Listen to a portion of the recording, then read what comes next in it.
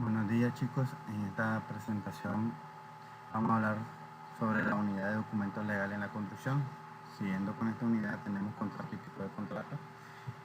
Aquí le acabo de hacer el enlace de la presentación de lo que habla de los contratos y los tipos de contratos, y al mismo tiempo le estoy compartiendo con ustedes algunos links o presentaciones donde hay más conceptos de los términos de contrato, los tipos de contrato, cuáles son las causas, los efectos, las funcionalidades, la etapa, entre muchas otras cosas.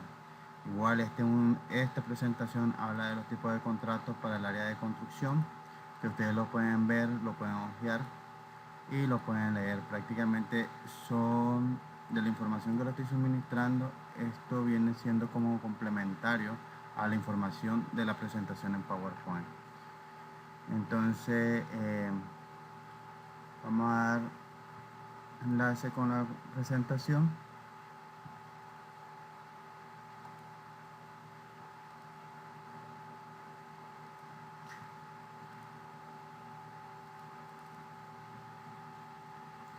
Y bueno, vamos a hablar un poquito de lo que son contratos, documentos legales de la construcción, contrato y tipo de contrato. El término de contrato es un convenio que se crea, transfiere o modifica derechos y obligaciones. Es una especie dentro de los convenios el cual solo actúa sobre obligaciones. Proviene del latín contratus, derivado de contraere, que significa concertar, lograr. Se define como un acuerdo de voluntades para crear o transferir derechos y obligaciones. Es una especie dentro del género de los convenios. Prácticamente estos son algunos términos de qué significa contrato. Podemos ver también otros términos. Dice, las partes de un contrato son personas físicas o jurídicas.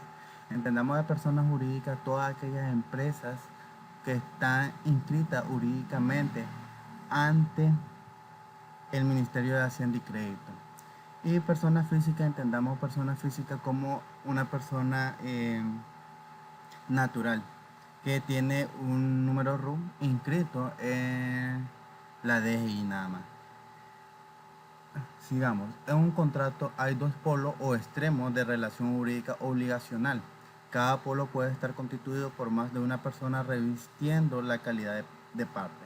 En cada país puede existir un concepto de contrato diferente, y esa diferencia tiene que ver con la realidad sociocultural y jurídica de cada país. Esta parte, pues, como le dije, prácticamente entendamos que siempre van a haber dos términos. Por lo menos en Nicaragua tenemos dos términos: la persona natural o la persona jurídica, jurídica. Y como le expliqué, la persona natural es aquella persona que está inscrita ante la DI, que tiene un número RU y que solo es una única persona, sin necesidad de hacer un convenio con otro o tener una empresa de sociedad anónima o una compañía limitada. La persona jurídica es la persona que sí tiene una empresa con sociedad anónima, donde se refieren o donde tienen que haber de 2 a 3 personas que forman una sociedad o una compañía limitada, que ese otro término que se le da a las empresas pymes. Dentro de estos contratos existen los convenios. Es un acuerdo de voluntades para crear, transmitir, modificar o extinguir obligaciones y derechos reales o personales. El convenio tiene dos funciones: una positiva, como transmitir o crear obligaciones o derechos, y una negativa, que es modificarlos o extinguirlos. Elementos del contrato. Dentro de los elementos del contrato tenemos tres elementos fundamentales: lo que son elementos personales, elementos reales y elementos formales. Dentro de los personales estamos hablando de los que están sujetos del contrato. Pueden ser personas físicas o jurídicas con la capacidad jurídica y de obrar necesaria para obligarse. En este caso quiere decir que toda aquella persona que está obligada a cumplir ciertos artículos o convenios establecidos en los contratos. Cuando hablamos de obligarse, estamos hablando de que están obligados a cumplir los convenios establecidos en los contratos. En este sentido, la capacidad de derecho se subdivide en capacidad de goce y la capacidad de ejercicio o de obrar activa o pasiva. Aquí en esta parte hablamos del goce, hablamos de que una persona que está elaborando un contrato tiene tanto beneficios como derechos y obligaciones que tiene que cumplir a la hora de poder hacer este contrato. Esta es una manera de ver los elementos de ver un elemento del contrato. La otra es los reales. Integra la denominada prestación, o sea, la cosa u objeto del contrato por un lado y la contraprestación, por ejemplo, dar una suma de dinero u otro acuerdo. Prácticamente estamos hablando ya de la parte financiera de los contratos, de cuánto van a ser los montos establecidos o los adeudos que se tienen que estipular dentro de un contrato. Y la parte formal es la forma, es el conjunto de signos mediante los cuales se manifiesta el consentimiento de las partes en la celebración de un contrato. En algunos contratos es posible que se exija una forma específica de celebración. Por ejemplo, puede ser necesario la forma escrita, la firma ante notario o ante testigo, etc. En la parte formal tenemos contratos que se hacen por la vía legal, o sea, tiene que haber un notario público que te firma el contrato y esto tiene mayor validez porque prácticamente ya nos vamos metiendo un poco más a lo que son las leyes de contrataciones. Y cuando ya hablamos con la parte de notario y las leyes, pues si esto no se cumple, tienen a haber ciertas sanciones que son de carácter muy fuerte, que obligan a la persona que incumple el contrato a que éste lo cumpla, sí o sí. Dentro de los requisitos del contrato tenemos que hay tres requisitos fundamentales. El primero es el consentimiento y dentro de esto tenemos los vicios del consentimiento. Cuando hablamos del consentimiento hablamos que la persona está en sus facultades psicológicas y él está dando consentimiento a firmar un contrato ya leído y establecido ante un registro para que este se cumpla. Dice que es el elemento volitivo. Al querer interno, la voluntad que manifiesta bajo el consentimiento produce efecto de derecho. La perfección del contrato exige que el consentimiento sea prestado libremente por todas las partes intervenientes. La voluntad se exterioriza por la concurrencia sucesiva de la oferta y de la aceptación en relación a la cosa o la causa que han de constituir el contrato. Será nulo el consentimiento viciado por haber sido prestado por error, por violencia o intimidación o dolo. Entonces, prácticamente en esta última parte se anulan los contratos cuando estos se estipulan pues un error que la persona que estaba firmando el contrato tal vez no era esto por lo que querían firmar y prácticamente los términos estaban errados y se tuvieron que cambiar pues los términos. Entonces eso es por error. Por violencia o intimidación es cuando se obliga a una persona que no está dando su consentimiento y se está obligando a firmar un contrato. Y por dolo prácticamente es cuando se considera un fraude. Se está haciendo una contratación por fraude. Ahí vamos a ir viendo los términos de... Estos términos los vemos pues en la parte de los vicios de los consentimientos. La ausencia de vicios en el consentimiento es imprescindible para la validez y la eficacia del contrato, a cuyo fin se requiere que la voluntad no esté presionada por factores externos que modifiquen la verdadera intención. Los más destacados vicios del consentimiento se encuentran en el error, la violencia y el dolo. Posteriormente podemos ver que el error, la fuerza o la violencia y el dolo tenemos. La primera, cuando verse el error, existe una equivocación sobre el objeto del contrato o sobre alguno de sus aspectos esenciales. El error es motivo de nulidad del contrato cuando recae sobre la naturaleza del contrato, sobre la identidad del objeto o sobre las cualidades específicas de la cosa. El error no debe ser de mala fe porque de lo contrario se convierte en dolo. Entonces aquí estamos hablando cuando el contrato, los términos no son los idóneos o están errados y prácticamente pues se crea un contrato nulo. Por fuerza o violencia. Se ejerce una fuerza irresistible a causa de grave temor a una de las partes del contrato o que una de las partes haya abusado de la debilidad de la otra. La amenaza de acudir ante una autoridad judicial para reclamar un derecho no es coacción a no ser que se amenace abusivamente de este derecho. En esta parte estamos hablando de que estos contratos son nulos cuando se abusa del poder o cuando una persona está obligando a otra persona a firmar un contrato sin su consentimiento. Y en la parte de dolo, todo medio artificioso, fraudulento o contrario a la buena fe empleado por el propósito de engañar o confundir para inducir a una persona a consentir un contrato que, de haber conocido la verdad, no lo hubiera aceptado. Es considerado dolo. La víctima del dolo puede mantener el contrato o reclamar daño y perjuicio. En esta parte prácticamente hablamos de los fraudes, cuando son contratos fraudulentos y prácticamente están perjudicando a la persona, a una de las partes. Y esta persona puede, como al final lo dice, puede hacer una demanda ante la persona que le suministró cierto contrato. Requisitos de los contratos. Otro de los requisitos de los contratos le había comentado que eran tres.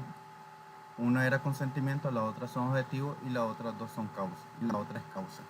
El objetivo pueden ser objeto de contrato todas las cosas que no estén fuera del comercio de los hombres. Aún las cosas futuras pueden ser igualmente objeto de contrato todos los servicios que no sean contrarios a las leyes o la moral, a las buenas costumbres o al orden público. Y las causas, normalmente la normativa civil de los ordenamientos jurídicos exige que haya una causa justa para el nacimiento de los actos jurídicos. La causa es el motivo determinante que lleve a las partes a celebrar el contrato. Un contrato no tiene causa cuando las manifestaciones de voluntad no se corresponden con la función social que debe cumplir, tampoco cuando se simula o se finge una causa. El contrato debe tener causa y esta debe ser existente, verdadera y lícita. Debe estar existente, verdadera y lícita.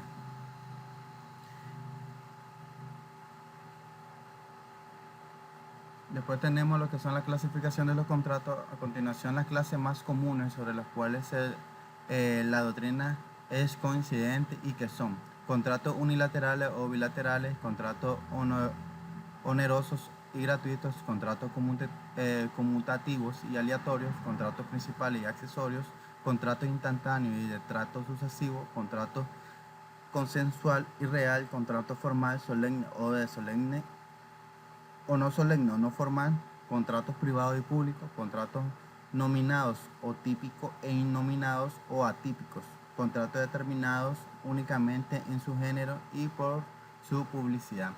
En los links que yo le suministro, que son complementarios a esta presentación, podrán ver cada uno de los términos de estos contratos para que ustedes después puedan tener una idea más clara de qué son cada uno de ellos.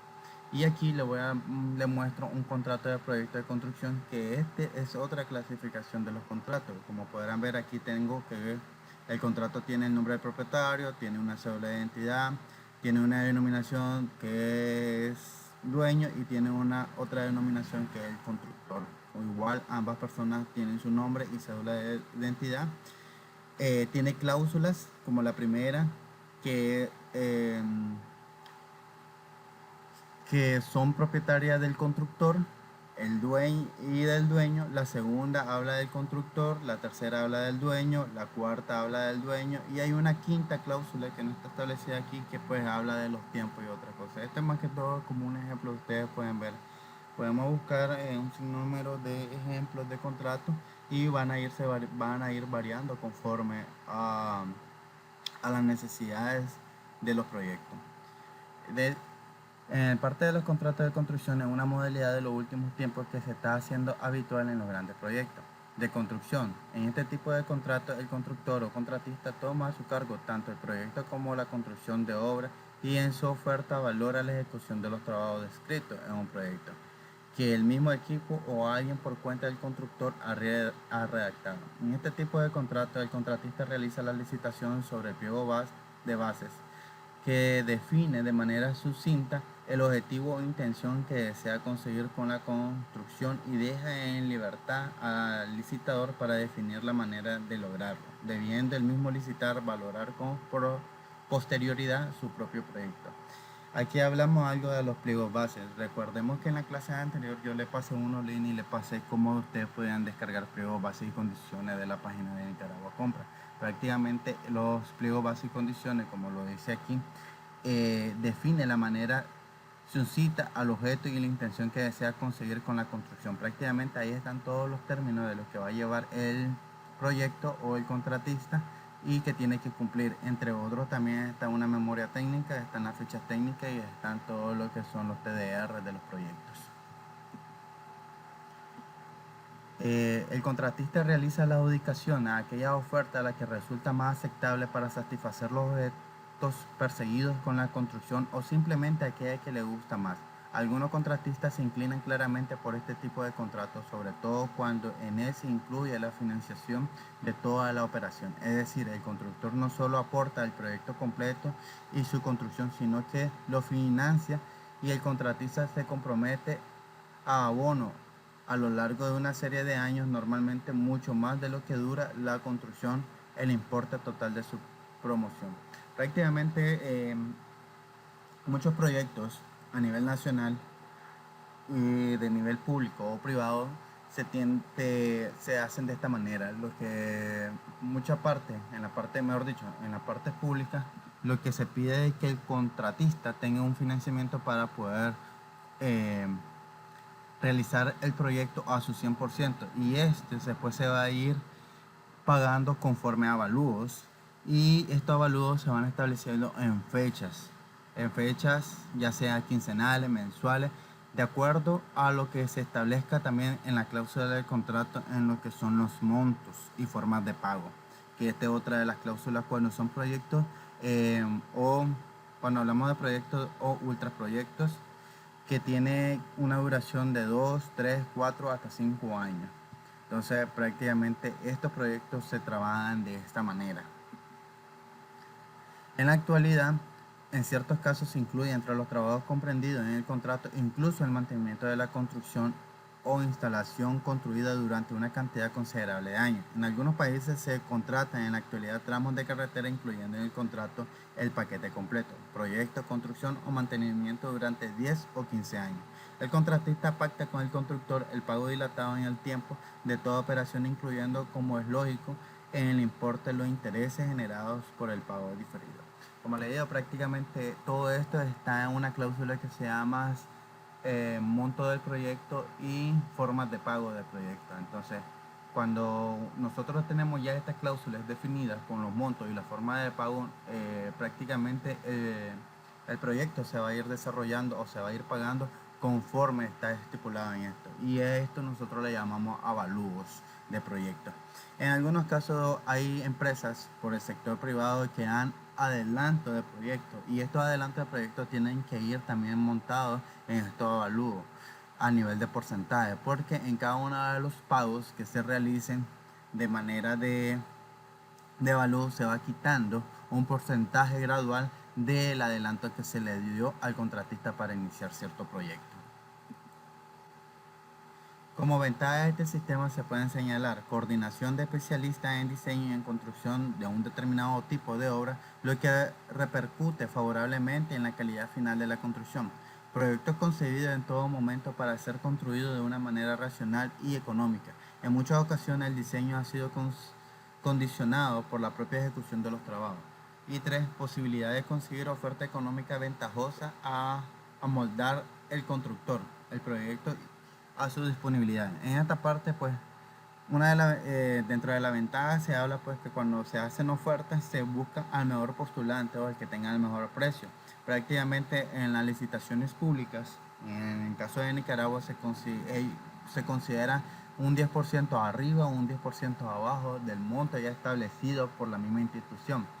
Que este monto prácticamente no se da a conocer, pero a la hora de que se hacen la adjudicación de las licitaciones se da a conocer cuál es el monto establecido o cuál es el monto que el propietario tiene destinado para el proyecto, y si una persona gana bajo estos términos, entonces esto tiene que estar 10% arriba o 10% abajo del monto establecido.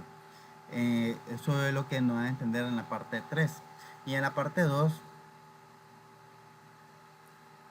En la parte que dice que el diseño, prácticamente hay muchos cambios en los proyectos y estos se les conocen como órdenes de cambio.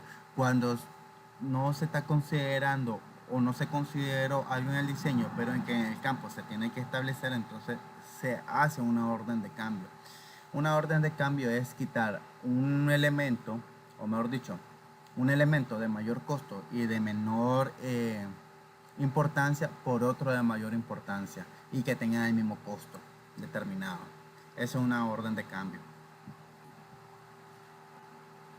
Por lo contrario, este sistema tiene como inconveniente. Cada constructor ofrece soluciones diferentes, adecuadas a su propia conveniencia, que pueden no coincidir con la conveniencia del proyecto o idea del contratista.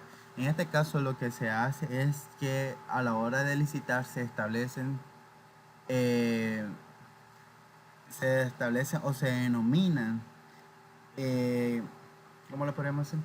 Bueno, en el caso cuando nos pasan lo que son los alcances del proyecto, se pasa a un solo alcance ya definido por el dueño del proyecto, donde se estipulan únicos montos, o mejor dicho, únicas cantidades y que estas no pueden ser alteradas.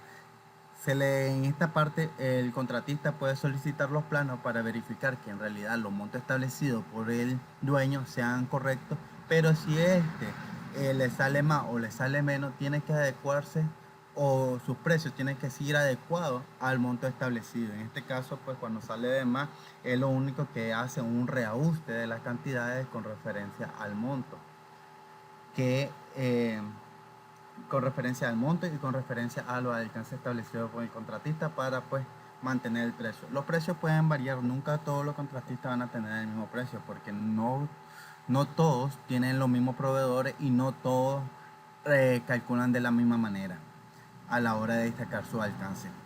Encarecidamente en la fase de diseño, al concurrir por ejemplo 10 proyectos o ofertas distintas y solo aprovechar una sola. 3. Falta de control por parte del contratista al no disponer de persona independiente que pueda velar por sus intereses en los posibles cambios de diseño al construir. Y 4. Difícil garantía que en el caso de dificultades el costo ofertado no varíe sustancialmente y siempre hacia arriba. Prácticamente esta es la parte de los contratos de proyectos. Y estas son pues ciertas pautas que uno se tiene que considerar en lo que puede o tiene que visionar en lo que puede ser la adjudicación de un proyecto. Si no tiene ninguna consulta, pues como le dije, me gustaría que revisaran los demás links que le pasé porque ahí están ciertos términos de otros contratos que en la actualidad nosotros no